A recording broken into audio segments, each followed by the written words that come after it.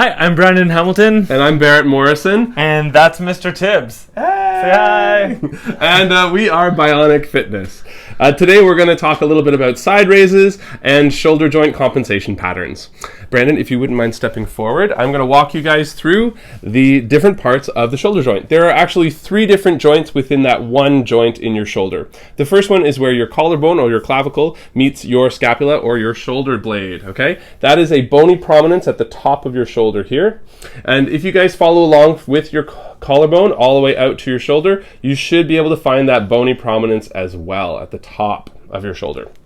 The next one is where your upper arm bone or your humerus meets that shoulder blade as well, or that scapula, in your GH joint, glenohumeral joint. And that is deep underneath your deltoid here, just below that AC joint, okay? That's where that ball and cup is. Next is your shoulder blade itself, and that is how it moves over the rib cage. And you guys, if you just move your shoulder up and down and around and back and forth, you should be able to feel that scapula moving over that rib cage. Okay? Great. Those are the 3 different parts. First, I'm going to get Brandon to demonstrate the incorrect way of moving your shoulder in a side raise. All right. Good. You guys can see here how his upper traps are firing pretty hard. His shoulder is being pulled up towards his neck. And his deltoid is working, but it's not working as hard as it could, okay?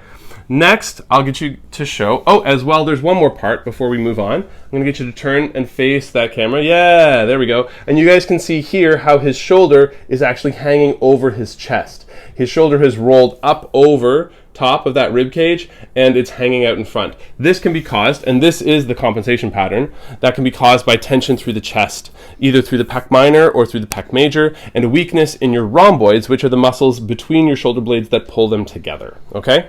That's that compensation pattern. And now, next I'm going to get Brandon to show us the correct way of doing this movement. Great. You can see how his upper traps are nice and loose. They are not flexed.